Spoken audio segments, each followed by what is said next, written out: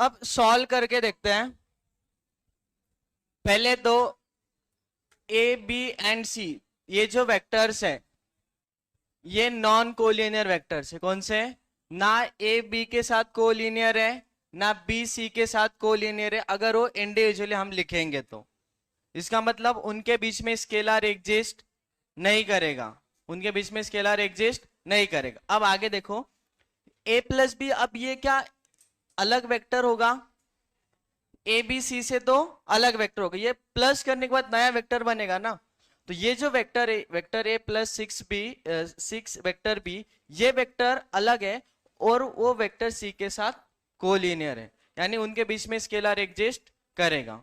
अब यहाँ पे फर्स्ट कंडीशन से लिखते हैं, vector a plus 6 vector b collinear with vector सी।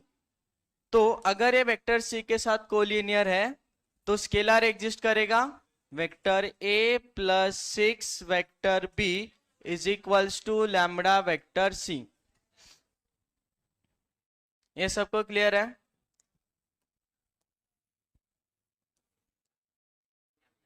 हम ऐसा लिख सकते हैं, अरे हाँ या ना, लिखता है ना, ये इक्वेशन लिख सकते हैं क्या? ये इक्वेशन समझ में आया? ये वेक्टर इसके साथ कोलिनियर है तो लैम्बडा एग्जिस्ट किया। अब दूसरी एक कंडीशन है, vector b plus lambda vector 5 vector c collinear with a. तो अब ए के साथ भी एक स्केलर एग्जिस्ट करेगा जो पहले वाले स्केलर से अलग लेना पड़ेगा, सेम नहीं होगा। होगा भी तो हमें पता नहीं है सेम है या नहीं, इसलिए हम दूसरा ले लेते हैं। सपोज हमने ले लिया के वेक्टर ए। अब पहले वेक्टर में बी का कोएफिशिएंट क्या है? 6। अगर हम इन दोनों इक्वेशन को साइमल्टेनियसली सॉल्व करेंगे तो इसका मतलब हमें किसी एक टर्म का कोएफिशिएंट सेम लेना पड़ेगा।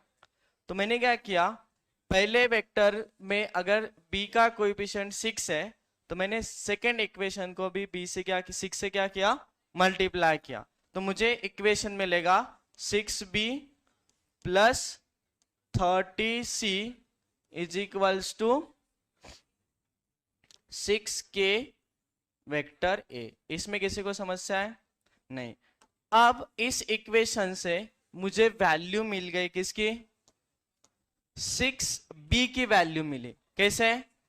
6 vector b is equals to 6k vector a minus 30c। आणि असंच राहिले पाहिजे तुम्ही क्वेश्चन सॉल्व होईपर्यंत।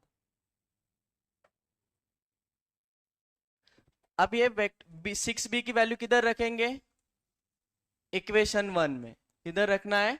इक्वेशन 1 में। Put in equation 1। तो अब इक्वेशन 1 कैसे बनेगा? वेक्टर a प्लस 6b की जगह पे क्या आएगा? 6k vector a minus 30c is equals to क्या है?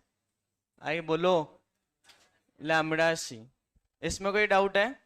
अब c को अलग कर दो, a को अलग कर दो। इसमें से क्या कॉमन आएगा?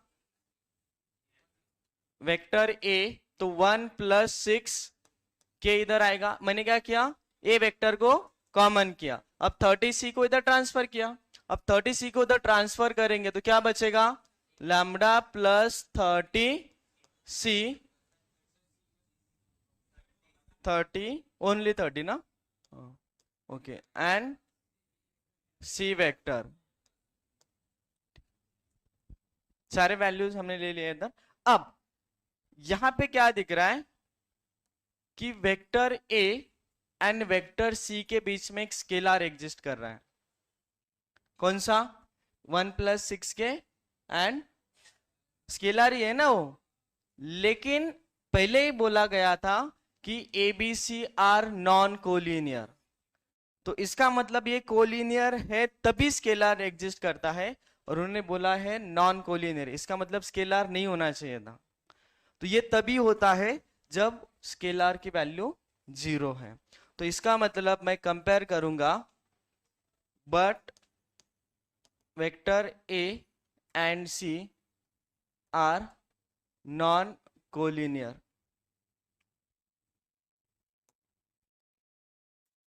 नॉन कोलिनियर इसका मतलब 1 plus 6k is equal to आएगा 0 and lambda plus 30k is equal to आएगा 0।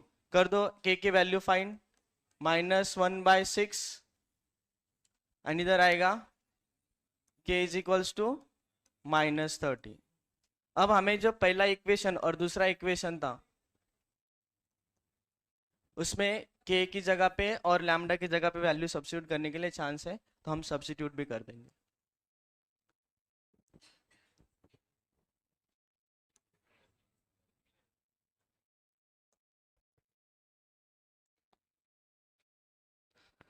चलो, तो इक्वेशन 1 कैसे बनेगा?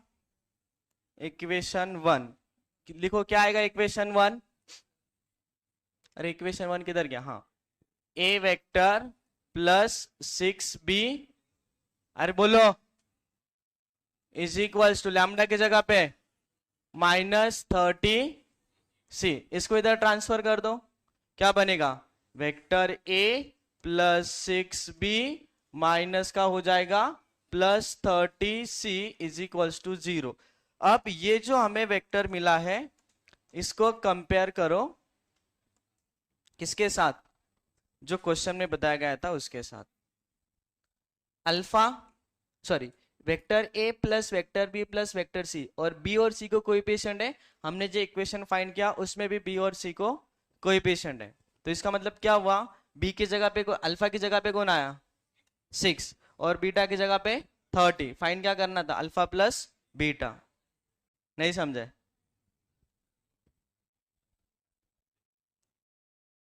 कंपेयर विथ,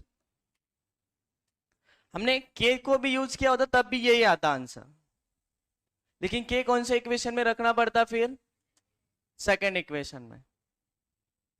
चलो, तो ये आएगा compare with vector a plus alpha b plus beta c is equals to 0। तो अल्फा इज इक्वल्स टू मिल रहा है 6, बीटा इज इक्वल टू मिल रहा है 30, तो final answer alpha plus beta होना चाहिए 36।